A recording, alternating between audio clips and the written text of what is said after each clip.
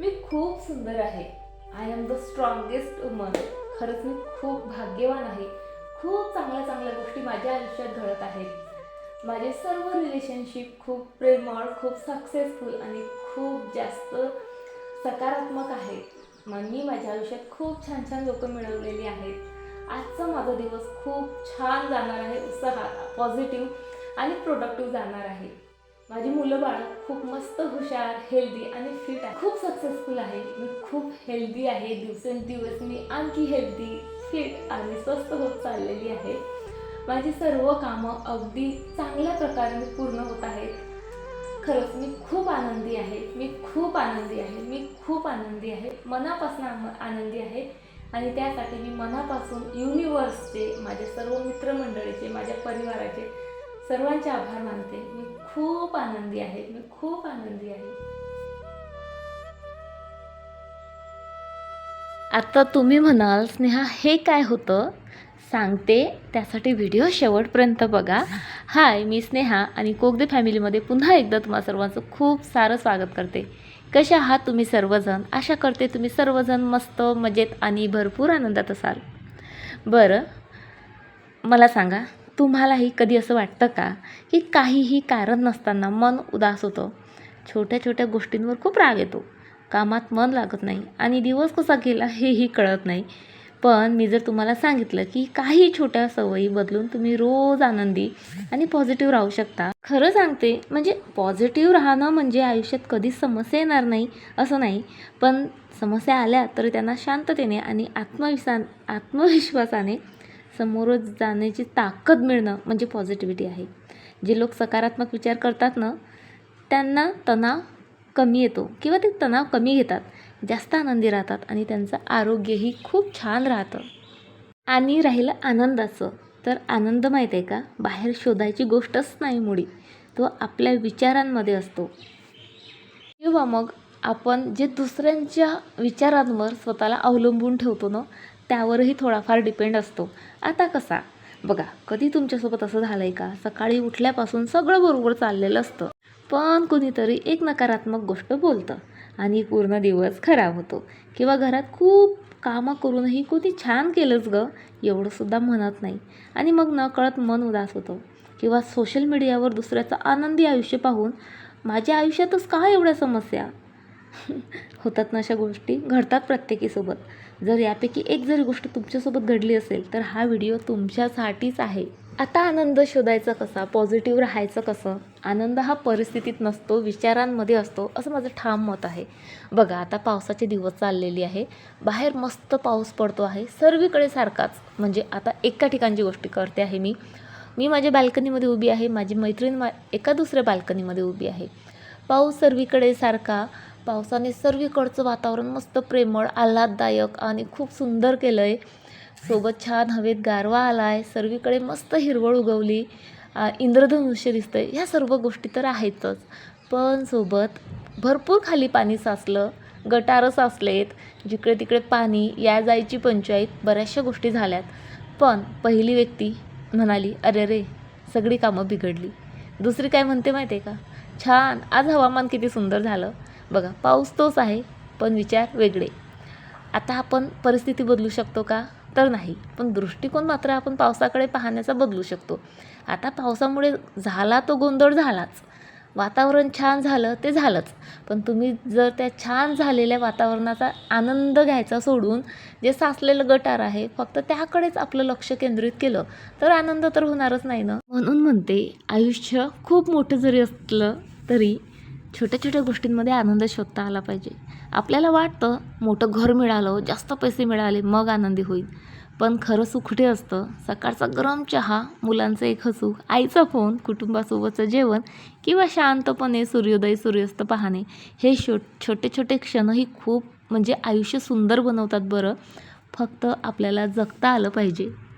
आता प्रत्येकच दिवस परफेक्टच असणार नाही. काही दिवस आपण खूप आनंदी असतो, काही दिवस कारण नसतानाही उदास वाटतं आणि हे सर्वसामान्य आहे. प्रत्येक दिवशी अगदी 100% आनंदी राहण्याचा हट्ट करू नका, फक्त स्वतःला वेळ द्या. आता आपण सगळे आनंदी राहण्याचा प्रयत्न करतो, पण काही दिवस असे असतात की छोट्याशा गोष्टीनेही मूड खराब होतो. खरं म्हणजे पॉझिटिव्ह राहणं ही जन्मतः मिळालेली गोष्ट नसतेच, ती रोजच्या छोट्या सवयीमधून तयार होते. आता सकाळची सुरुवात आपण कशी करतो ना, त्यावर आपला दिवस अवलंबून असतो. मी खूप सुंदर आहे, I am a strongest woman. मी खूप नशीबवान आहे. सर्व खूप छान छान गोष्टी माझ्या आयुष्यात घडत आहेत, छान छान लोक माझ्याशी जोडत आहेत. हे तेच जे तुम्ही व्हिडिओच्या सुरुवातीला बघितलं. दिवसाची सुरुवात आपण चांगली केली ना, आपला दिवस चांगला जातो. उठल्याबरोबर मोबाईल पाहण्याऐवजी 2 मिनटं शांत बसा. स्वतःला सांगा, आजचा दिवस चांगला जाणार आहे, आज मी जे काही करेल ते मनापासून करेल. आणि हा छोटासा बदलही दिवसभर सकारात्मक ऊर्जा देऊ शकतो, देऊन जातोच. मी तुम्हाला गॅरंटेड सांगू शकते. आता काही पॉझिटिव्ह अफर्मेटिव्ह आहेत, त्याची तुम्ही रोज सवय करून घेऊ शकता. दररोज आरशामध्ये बघा सकाळी उठल्या उठल्या आणि स्वतःला सांगा, नेहमी सांगा, ओरडून सांगा, बोलून सांगा, मनातल्या मनात बोलू नका की मी खूप सुंदर आहे, मी खूप पॉझिटिव्ह आहे, माझ्यासोबत चांगल्याच गोष्टी घडणार आहेत. आणि हे 4-5 वाक्य जरी तुम्ही रिपीट केलेत ना, तर रोज न चुकता, तर तुमच्या सबकॉन्शियस माइंडपर्यंत हा मेसेज जातो आणि हळूहळू का होईना आपल्यात सकारात्मकता जी आहे निर्माण व्हायला लागते. हा माझा पर्सनल अनुभवावरून सांगते आहे मी तुम्हाला.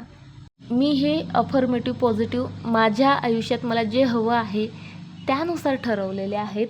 तुमच्या आयुष्यात तुम्हाला काय पाहिजे आहे किंवा कसं आयुष्य जगायचं आहे त्यानुसार तुम्ही स्वतःला जे आहे असे पॉझिटिव्ह अफर्मेटिव्ह किंवा स्वतःच्या माइंडला ह्या ऑर्डर्स ज्या आहेत देऊ शकता.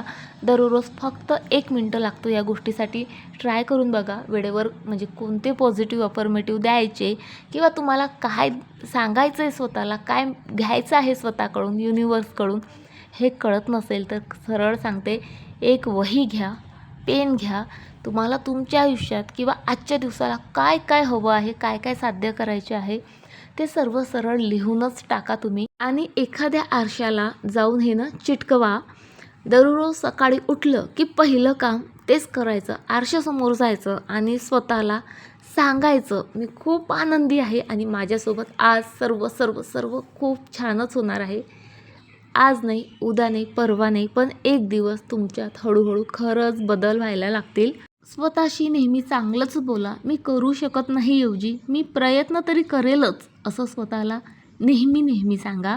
बघा, म्हणजे मी बऱ्याच बायकांच्या तोंडात हा वर्ड नेहमी म्हणजे ऐकते. ते माझ्या नशिबातच नाही. मी कितीही कोणासोबत चांगले वागले ना, माझ्यासोबत शेवटी असंच होतं. मला ना एकतर आमच्या बोलीभाषेत एक शब्द आहे, मले लईनच नाही बाई. म्हणजे मी कितीही चांगलं केलं कोणाशी तरी कोणी माझ्यासोबत प्रेमाने वागणारच नाही किंवा माझं कोणी ऐकणारच नाही किंवा माझ्या नशिबात चांगली लोकं नाहीतच. म्हणजे अशा बऱ्याचशा गोष्टी आणि 90% बायकांच्या तोंडातून मी हे वर्ड्स ऐकलेले आहेत. पण माहिती आहे का, असं बोलण्याऐवजी मी खरंच खूप नशीबवान आहे, मला खूप छान लोकं भेटलेली आहेत असं बोलून तरी बघा. नक्की फरक जाणवेल तुम्हाला. कशाला स्वतःशीच वाईट बोलायचं नाही, चांगलं बोलायचं, चांगलं बोलायचं. जे मिळेल ते मिळेल, नाही मिळेल ते नाही मिळेल, ते देवावर सोडायचं. दिवसाची सुरुवात नेहमी कृतज्ञतेने करायला पाहिजे. सकाळी उठलं की 2-3 गोष्टींसाठी देवाचे, जीवनाचे नक्की आभार मानायला पाहिजे की जेव्हा देवा जे तुम्हाला दिलं आहे ना ते जगात भारी आहे आणि त्यासाठी मी मनापासून तुझे आभार मानते. ह्या छोट्या छोट्या सवयी आयुष्य बदलायला खूप खूप खूप जास्त मदत करतात. आता तिसरी सवय सांगते, शरीराची काळजी घ्या. दररोज फार नाही, थोडं चालणं, हलका व्यायाम, पुरेशी झोप आणि संतुलित आहार याचा आपल्या मनावरही खूप चांगला परिणाम होतो बरं का. माहीत आहे का, नेहमी व्यायाम हा फक्त वजन कमी करण्यासाठीच करायचा असतो असं काहीही नाही. बघा, आता मी माझ्यासाठी जगते, माझ्यासाठी काहीतरी करते, स्वतःची काळजी घेते. मी दररोज थोडासा का होईना व्यायाम करते, छान छान जेवते. ह्या सर्व गोष्टी मी करते तरी या गोष्टीचं समाधानही आपल्याला खूप मोठा आनंद देऊन जातो. म्हणजे वजन कमी होईल न होईल हा नंतरचा प्रश्न, पण मी स्वतःला वेळ देते आहे, मी स्वतःसाठी काहीतरी करते आहे, ही फिलिंगसुद्धा खूप खूप म्हणजे खूप आनंद देऊन जाते. आपल्यात खूप जास्त पॉझिटिव्हिटी निर्माण करते.